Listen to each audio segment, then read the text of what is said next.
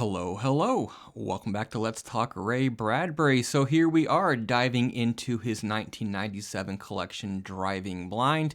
Today we're up to the second story in that collection, which is If MGM Is Killed, Who Gets the Lion?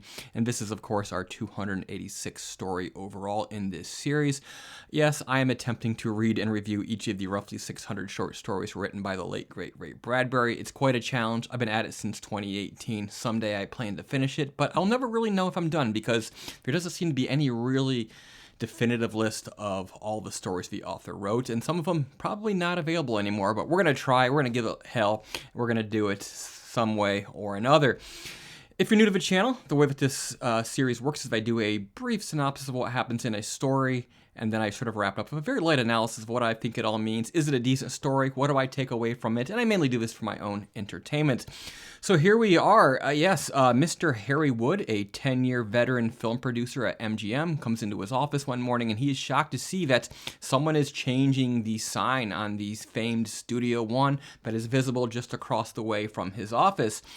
He sort of laments that this is the place that The Bounty was shot, Tara in Gone with the Wind, as well as the Palace of Versailles. It's a very historic film setting for him, and he doesn't want to see it destroyed.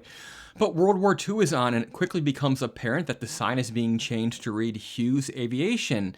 Howard Hughes, of course, famed aircraft creator, but also he did own RKO Pictures, so perhaps he was going to make movies here. It wasn't entirely clear. But he gets... Mr. Wood gets Howard Hughes on the phone, and it's a one-sided conversation. All we hear is his words. We don't hear anything from Mr. Hughes. But he appears to kiss his ass, and he sort of lets on that, oh, what a brilliant strategy. You're going to build a fake defense plant here, which may get my office bombed, but they won't really, the Japanese will come across the ocean. They won't really bomb the real defense factories. They're going to attack this pathetic old empty studio space, which looks a lot like an aircraft hangar. But he says, if you could do me a favor, I'd really like some small corner, some quiet place to finish all the films that I have going in my pipeline. Thank you very much. He hangs up the phone.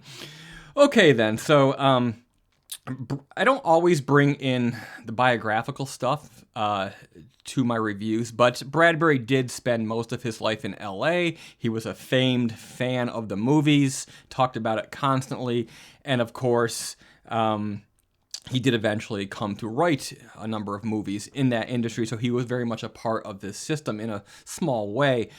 The positive of this story is that it is high-paced, wacky, sarcastic, which is a sort of tone that he's used dozens of times, I've found, in stories like this, sort of madcap zaniness. I think it would actually work probably better as like a classic sitcom or like a skit on a comedy show. But here we get it in his best effort in the form of a short story. But in the end, it's a not quite effective satire of a couple of things. I think one is about the sort of the sanctity of spaces where things are created, like movies. And movies have always been in this situation where, they're getting bigger and better, supposedly. Well, definitely bigger, not necessarily better. But you tear down the spaces where they're built. You tear down the old sets, often cases destroying them or repurposing them into the next film. But for this character, this producer, this studio is very much a sanctified place that is worth preserving.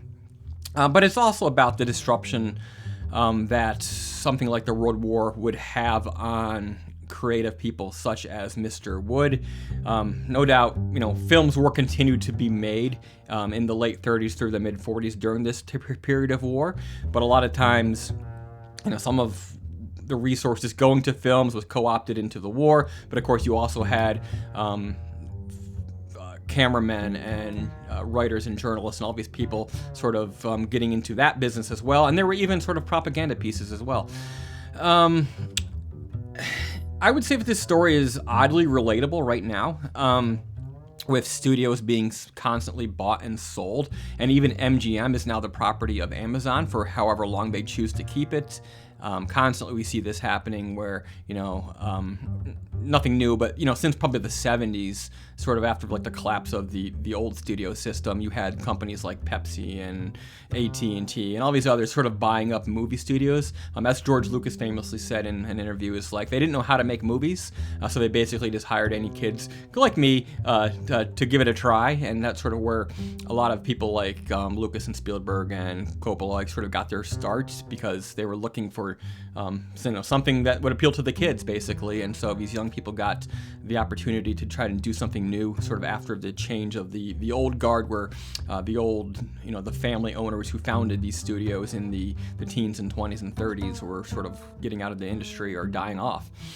So I would say in the end, the story is mildly amusing, but ultimately pretty ineffective. It's no big deal. It's only a couple pages long. It took me like 10 minutes or whatever to read, so it's not like I had some big loss in my life. I'm not worried about getting those 10 minutes back, but if you're looking for Bradbury stories to pick from, maybe don't pick this one unless you're like me and you're trying to review each and every short story he ever wrote. If MGM is killed, who gets the lion? It's a better title than it is a story. And in fact, they never actually mention the lion. But there you have it. Next time we'll be looking at the story Hello, I Must Be Going, which is, of course, story number 3 of 21 in Driving Blind. Thank you, and I'll see you again next time.